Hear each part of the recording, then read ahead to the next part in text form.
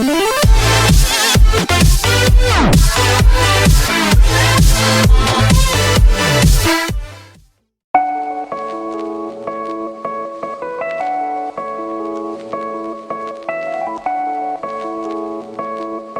вас есть 3D принтер и вы боитесь оставлять его работать на ночь?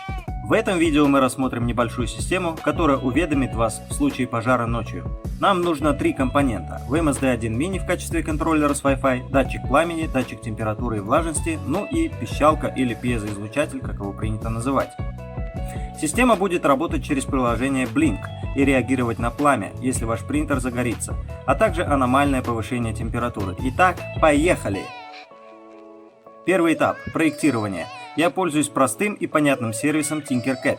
Он бесплатный и позволяет импортировать модели в STL формате. Крепление для VMS и датчиков я нашел на сайте Thingiverse.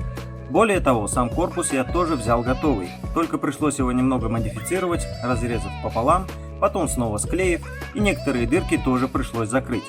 Все модельки я поставил на нужные мне места, где надо обрезал, и получился готовый к печати корпус.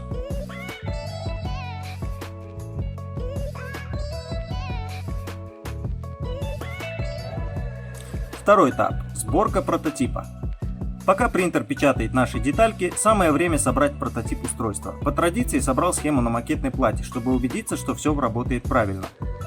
VMS питается от microUSB, поэтому нужно запитать его от обычной USB зарядки для телефона, а вот датчики уже берут питание напрямую от VMS с пина 5 вольт.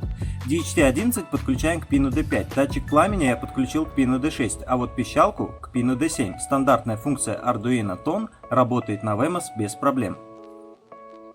Этап третий. Пайка проводов, установка датчиков в корпус. Здесь главное все припаять туда, куда необходимо, так как отпаивать гораздо сложнее, чем вытащить и вставить провод на макетке. Припаиваем провода. Клеим горячими соплями все датчики. Проверяем, что ничего не коротит и все работает. Закрываем крышку. И закручиваем шурупы. Готово. Этап четвертый. Установка платы в Arduino IDE и программирование. Первым делом заходим в настройки Arduino IDE и в разделе Additional Board Manager URLs добавляем новый адрес, который вы найдете в описании к видео. Это нужно, чтобы установить плату VMS в Arduino IDE. Далее необходимо зайти в Board Manager или Manager плат и дождаться загрузки информации о новых платах.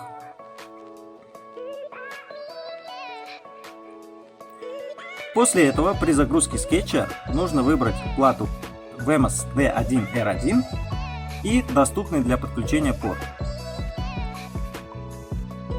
Все, можно загружать скетч.